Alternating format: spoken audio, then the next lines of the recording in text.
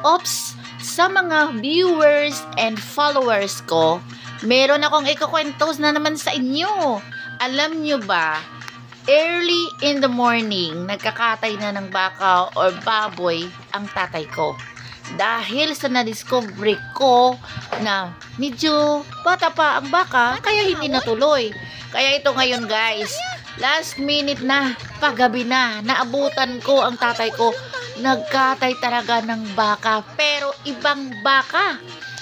Ang bata? Pila na akong baklon. Pila na tay. Bakal mo. Pila. Abi ko ang dako. Hala kaluoy man na bata pa man na.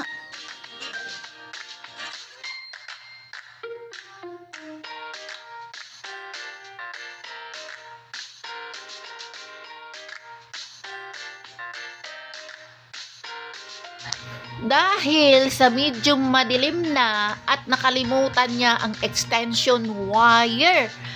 Ito ako ngayon. Gumamit na lang ako ng maliit na ring lights para ilawan itong tatay ko. At talaga naman, ang dami pa niyang chachap-chapin. At alam niyo ba guys, ngayon ko lang na witness na ganito kalaki ang mga itak na ginagamit ng tatay ko at ang hirap-hirap pala mag-chap-chap nito. So, sa ngayong oras na ito guys, ito na yung pagkakataon ko pala na ma-witness ko, maobserbahan ko ang ginagawa ng tatay ko.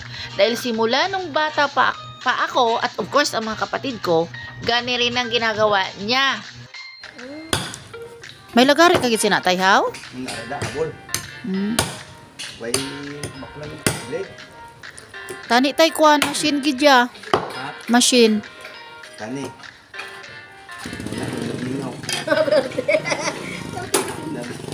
Kalalag kamultag inis na unoy nabingaw pa. Kamultag tanduay. Pastilaning akong amahan. Sus nako guys, kusog po di ay kaayo ni mo chap-chap og karne. Kanang vlog ko kaayong karne. Naku po, 70 years old na yan ha. Pero talaga naman, nakasanayan niya na yan na negosyo guys kasi maliit pa lang kami, ganun na. So, nandito na kami sa kusina ng kanilang kainan. Tingnan nyo guys, ang ginagawa ng tatay ko, pinipili niya na kung alin ang para sa nilagang baka, para sa kaldereta, at saka yung dapat gawin na dinuguan na baka. Naku, makakatikim talaga ako for the first time. Nagtataka naman ako guys na pagbibili kami sa ibang kainan, like for example ay nilagang baka, para yung parang iba yung amoy talaga. Isa ginagawang tatay namin. Lalo na yung pamparis guys.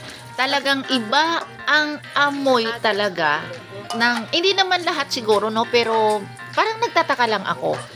Ito pala ang procedure ng paglilinis ng tatay ko sa mga bituka ng karne ng baka. Bituka ng baka. At saka bituka ng baboy. Tinuturuan niya ako dito guys kung paano. Kaya ko na-realize na pag sobrang linis talaga ang paglilinis mo sa mga bituka ng baka na yan, sigurado hindi pala talaga mangangamoy. Tingnan nyo ba, may mga green na dahon-dahon yan. Isa sa sikreto ng tatay ko ang paglalamas ng mga bituka na yan sa dahon ng guyabano. So, ayun. Paano ko naman kasi yan malalaman noon guys? Dahil ang ginagawa lang naman ng tatay ko sa akin ay tagahiwa lang ng mga sibuyas at bawang ng kay dami-dami. Kasi nga po, doon siya sa kabilang lababo, naglilinis niyan. Kaya hindi ko nakikita. Naku guys, plano ko pa naman na ako ang kukuha ng business na ganyan ng tatay ko. Kaya dapat malalaman ko kung ano ang procedure ng paglilinis niya ng pagkakatay. Hindi ako pwede magkatay at nakakatakot pala magkatay ng baboy at ng baka. Naku, grabe! Kaya nga pala may aroma effect ang mga niluluto ng tatay ko sa mga baka na yan, karne ng baka na yan. Kasi ganun pala siya maglinis. At naku guys, nagpapasalamat ako at na-witness ko ito. At least, alam ko na marunong na rin ako. Hindi biro-biro lang ang pagpiprepare ni tatay sa sa pagkaing dinuguan. Mapababoy o baka man yan, pero sobra talaga ang process niya talaga sa paglilinis yan ay sobra talaga kadami. Kaya pala gustong-gusto ng mga customer niya. Nako, niluluto pa lang ng tatay ko. Nakaano na ang mga customer niya, natirhan sila, bibili sila, hindi pa naluto. Marami nagpapa-reserve na. Signature dish na ni tatay ang nilaga mo. Tapos dinuguan. Kag ang batchoy. Di ba tay? Ang batchoy gidya tay sa una tay no nga. Grabe gidya tay no. Wala ka na nagbatchoy liwa tay? Katrabaho sobi mo.